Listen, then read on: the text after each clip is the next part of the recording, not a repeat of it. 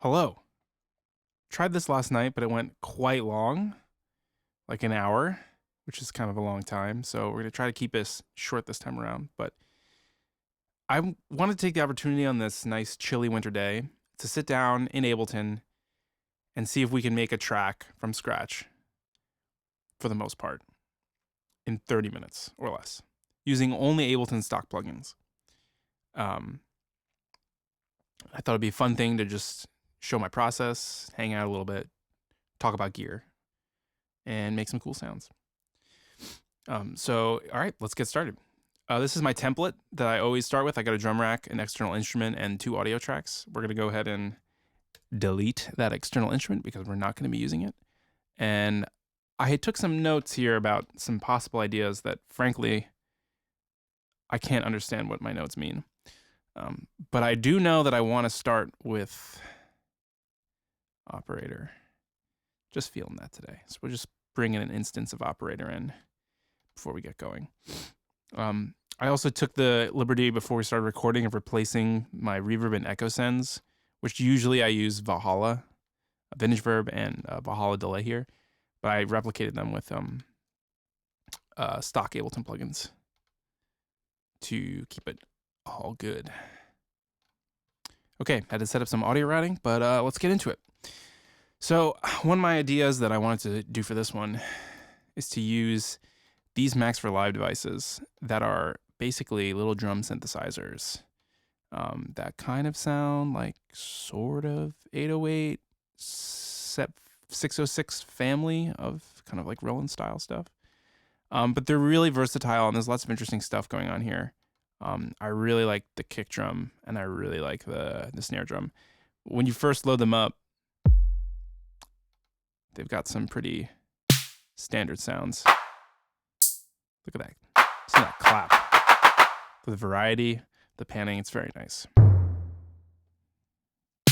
So let's load up also. I don't want to spend too long here. Let's load up the clang, just cause. Which you can get into more interesting sounds, which we'll see in a second. So let's start it up. Let's make a loop. I like to start in the middle of the track, just in case I want to add things before it.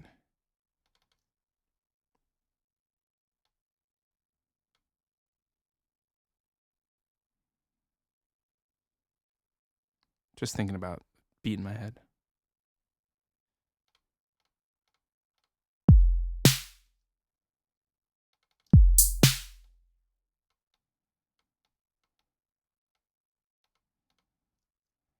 Maybe start here.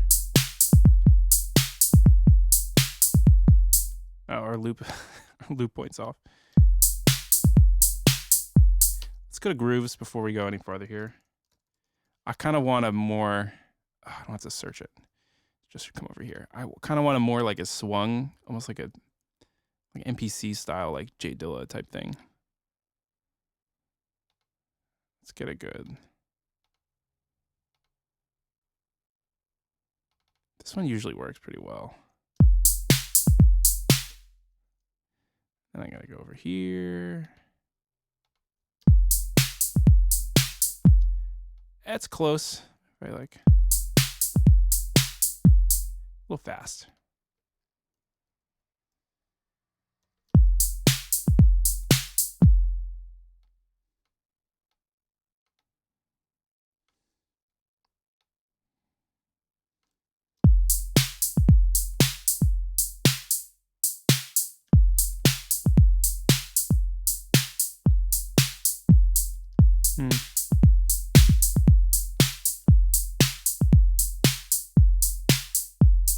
Not crazy about that.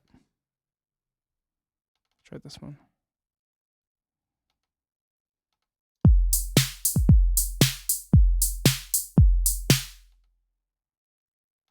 Maybe this one.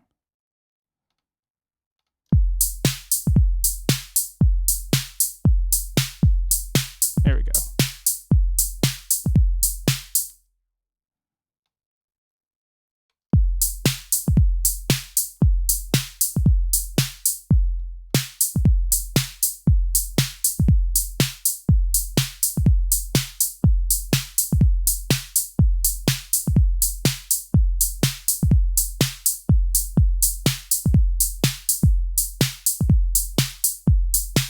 So obviously those sounds are a little boring, so.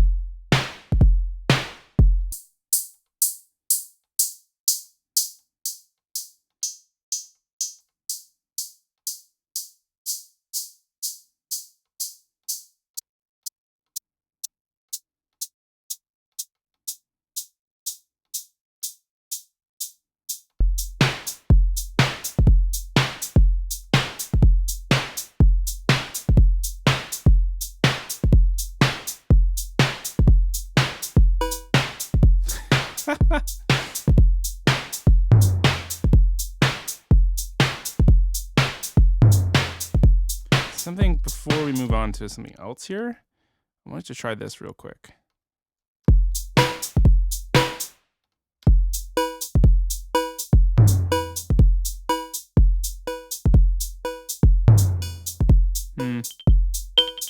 This isn't quite what I was expecting it would be. Let's take it down to the clap. If we can get this a little tighter. Yeah.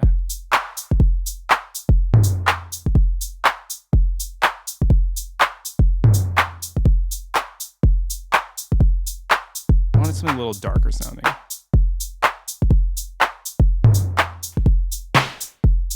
Maybe we take the snare in.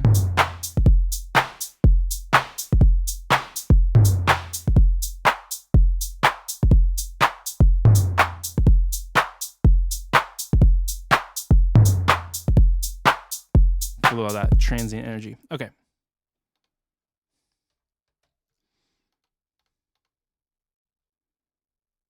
I'm gonna turn my MIDI keyboard on. All right, next I want to dig into operator here now that we have a drum beat we're kind of happy with. And I kind of want to do something really simple, almost like a lullaby, maybe like an Aphex Twin sort of vibe.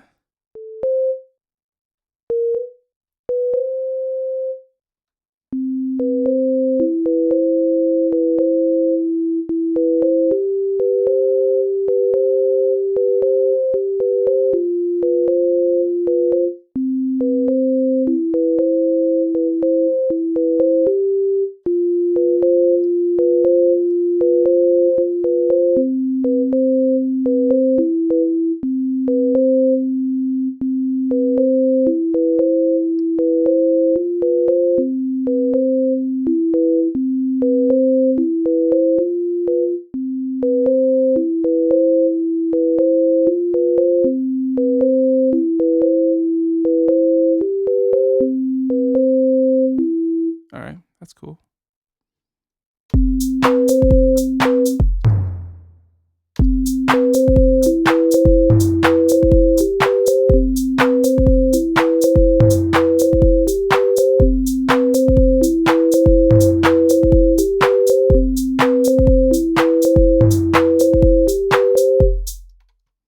Easy money.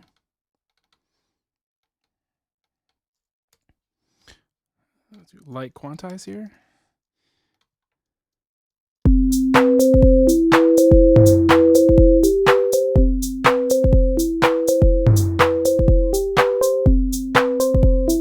I really like using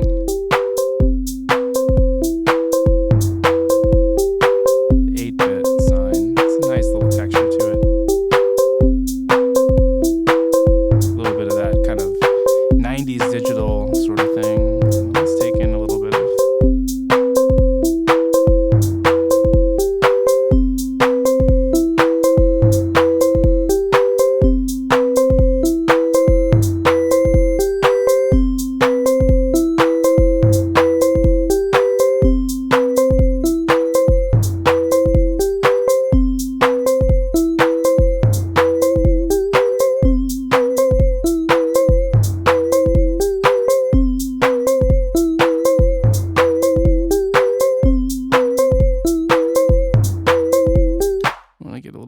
delay on that.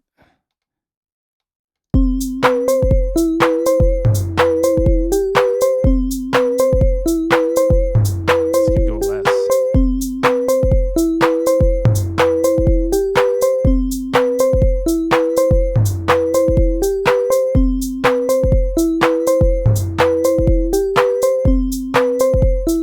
Oops, not an audio track. Let's take another. Let's use, I really like this synth right now. It's called Bass. This is a Max for Live device. This comes free with Ableton.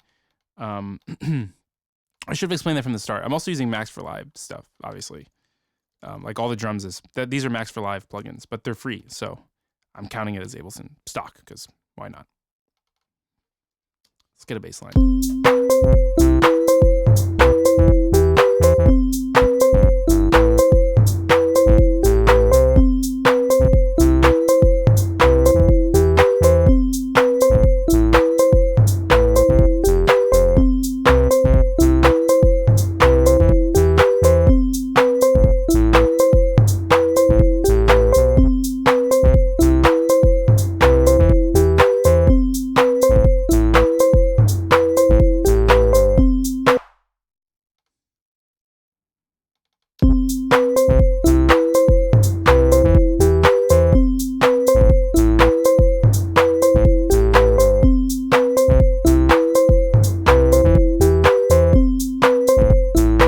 Something I learned, I wish I had learned earlier on when I was first starting to make electronic music, especially working with DAWs and MIDI, is that the length of the note is super important. And it's almost more important to the rhythm than, I mean, not almost more important. It's as important to the feel of the rhythm than like what the actual notes being played are. How you choose to cut a note off, when you choose to cut it off, how that changes throughout the length of this tune and changes with the instrument that you're using, the synth that you're using, makes a huge difference in the feel of the track. Like check it. If I stretch this note out longer, it feels like kind of loose, but if I make it tight, it really tightens it up and makes it feel a little more locked in with the drums, even though it starts at the same place. Shorten this one. That one can be shorter. It's also early.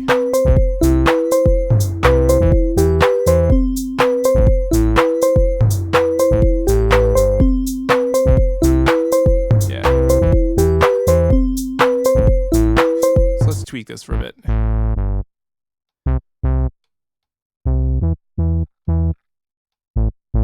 Like this drive feature.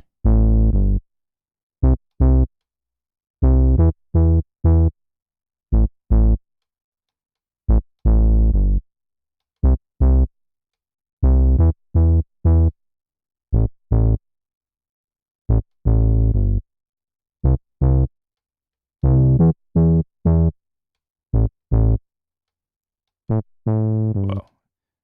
Let's see if we take this down. As opposed to using the sub oscillator. No.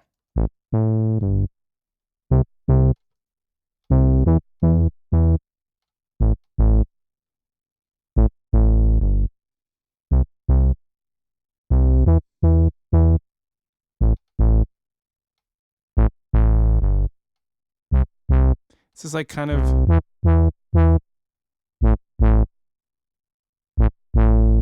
This is a really interesting synth because you have these different waveform options that you would mix like you would in an oscillator on something like the SH-101, though you don't have the ability to mix the oscillators together. I don't know what a good example of this would be, but it's like if you, in a Eurorack, if you took a single oscillator module and you outputted all the waveforms to a mixer, and you could mix the level of each waveform. It's similar to that, but then you can go in and detune the waveforms like you would a multi-oscillator monosynth, something like a mini Moog. But you can't change what the oscillators are. So you can't like double up a bunch of saw waves, like, and have it be 3-4 saw waves with slightly detune and try to get like a super saw thing.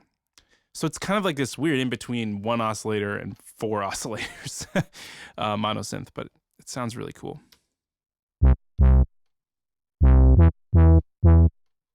Let's hear the sounds of the mix. Sounds way more tame.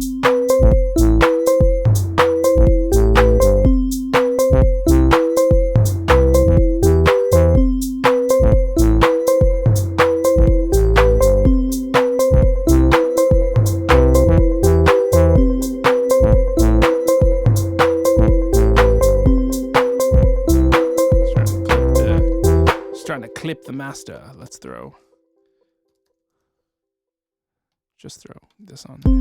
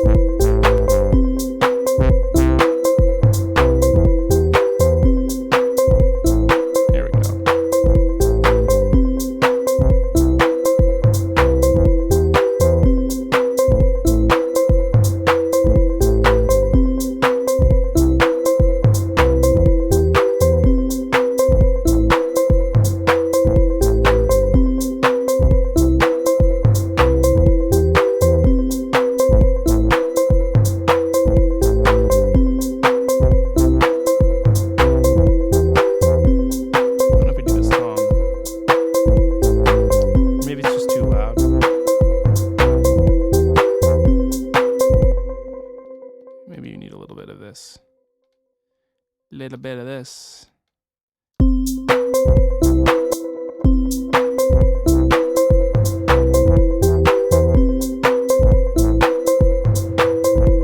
That's cool. This reverb is interesting. It sounds kind of lo-fi. Like, it doesn't have the most amazing sound. It kind of reminds me of like a Alesis, like a quadriverb or something. That kind of like digital, kind of early like 90s sort of thing. I like it. It works for this style. So let's quickly pen out a B section.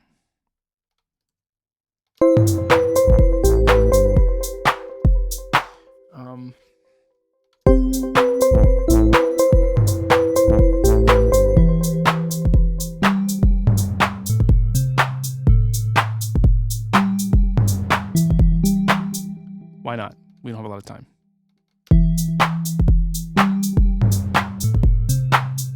Let's see what this sounds like.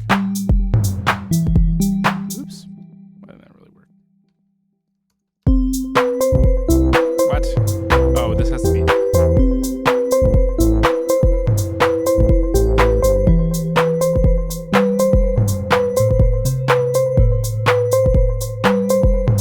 We're missing that boo-doo-doo kind of thing.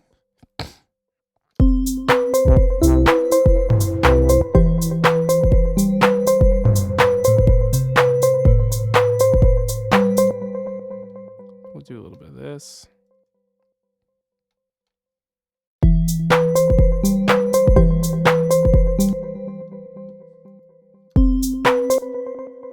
Like, what do we want this to be? Is it like...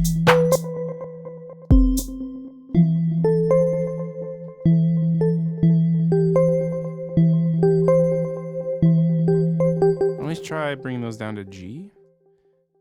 Let's see how that sounds.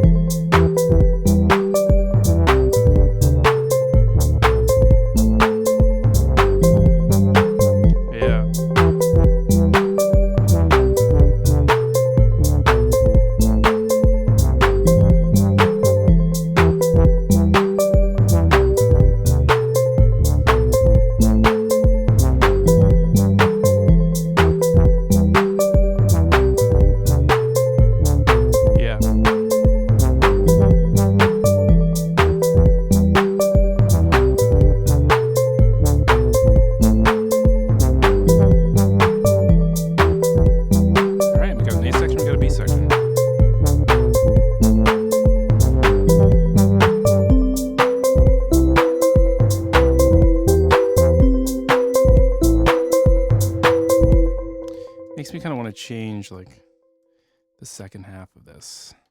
So I'm going to make these all... I mean, this is the same beat the whole time, so I'm just going to continue that through. I can easily tell the difference here. Nope. I'll do this. Maybe, I mean, when it comes to arranging, it really, you kind of pick a formula, you know, what do you want to start with? When do you want everything else to come in? Exactly, etc. rather. So we'll start here for now. Maybe we'll add some fun stuff later.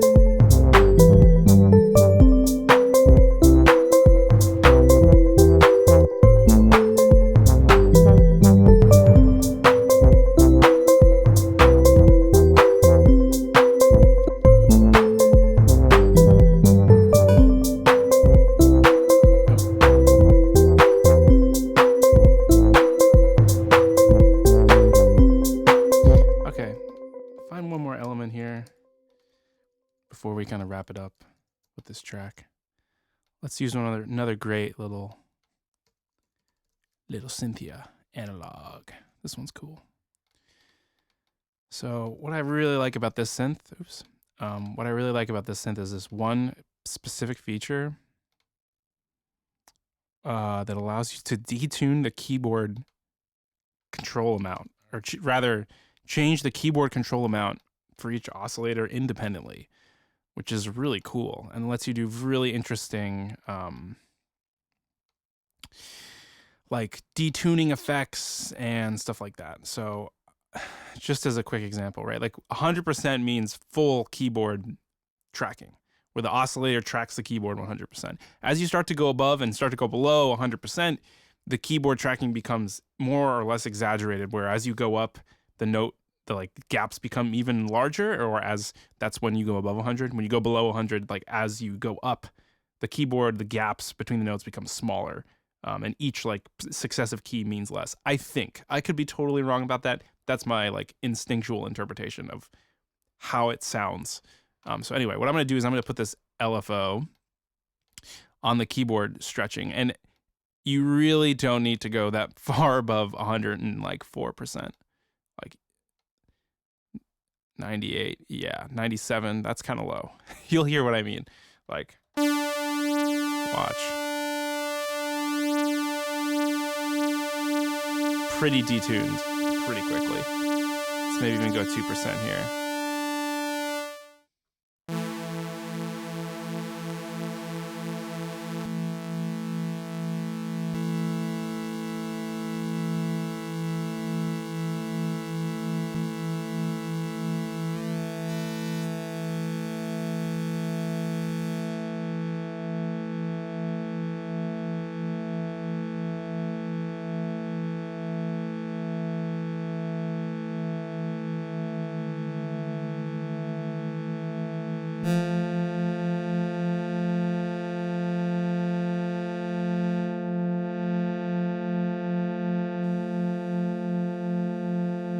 I really like you can change the envelope type.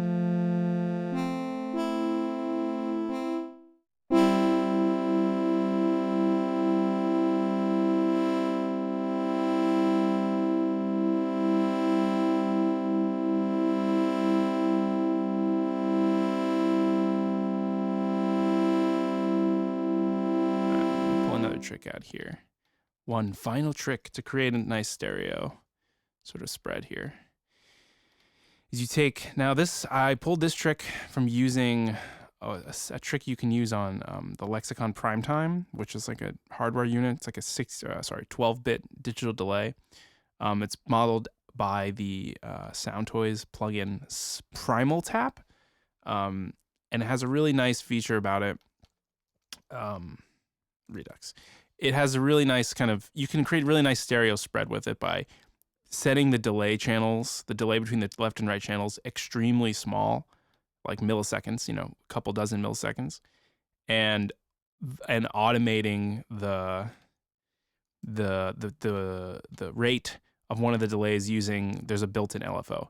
So we're going to do that sort of with this to create an interesting sort of pitch shifting effect by doing this to both of the oscillators using the same LFO, and I'm going to change the rate on these to make them a little bit different because it's more interesting that way. So here's what creates a nice stereo spread. Here's without it. Sounds fine. There's nothing wrong with it. But this sounds way cooler.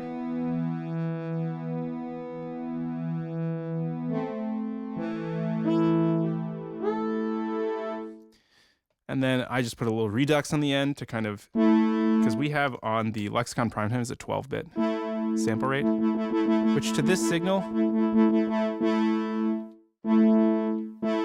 doesn't do a huge amount of difference, but bring this up, 3200. You can do it if you want down here, but you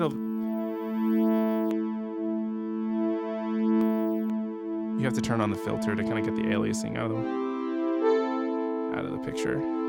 And the reason I select 1600 kilohertz is because on the Lexicon Primetime and other digital delays, when you change, there's usually an option to change the speed by 1/2.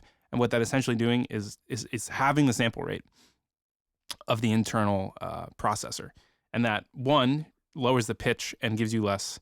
Initially, it'll lower the pitch, but eventually what it does is it just gives you a darker sound because your sample rate is double what the frequency response is. So in this case, 16 kilohertz sample rate is only going to give us an 8K bandwidth to the signal. So we can only hear up to 8K. We can't hear above 8K. So you lose a lot of the higher end detail, which for certain styles of music, like kind of like this track, it kind of makes sense because we want something that sounds like warm and dark and fuzzy. So let's... not that. Let's do this. Let's throw this in here and see what happens.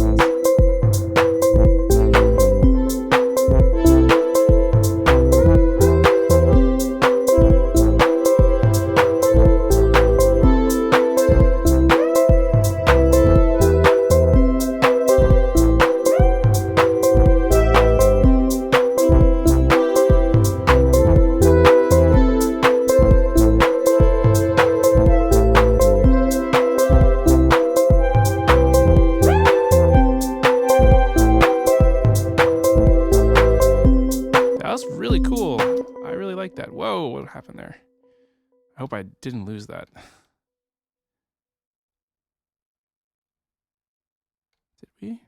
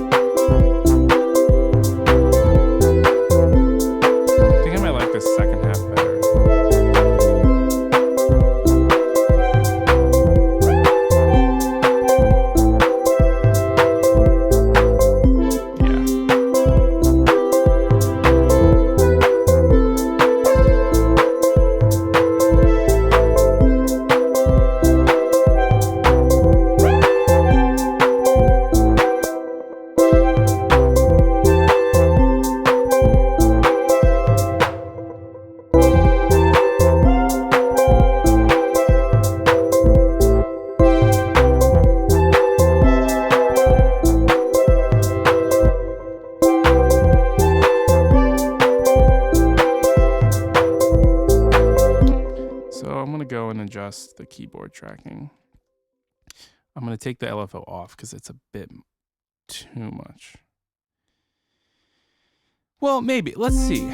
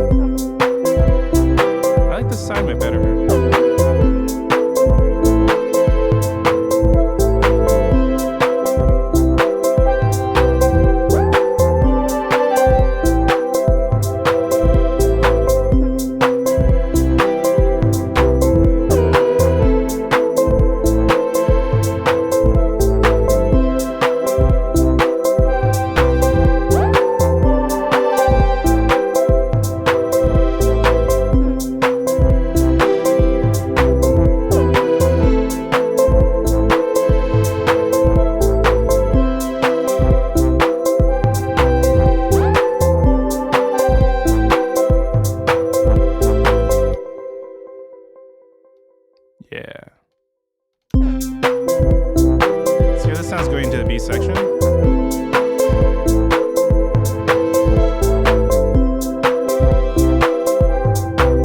Always gotta check your transitions.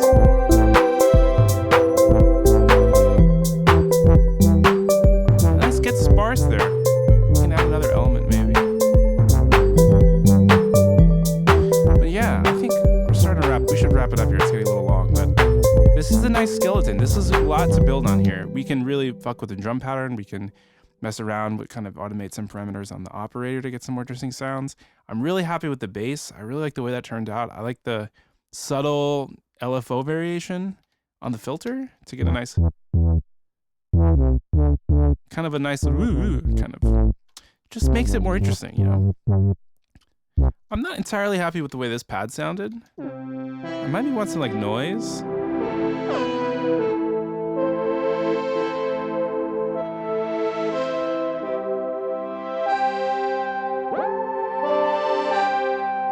It worked out pretty well.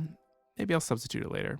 But I think we would go for some more plucky sounds to kind of fill in the gaps, especially in the B section, and maybe detailing in the A section. But other than that, I'm happy with this way this turned out. Thanks for hanging out. I hope you either picked up some cool tricks or enjoyed just chilling and making cool sounds. See you next time.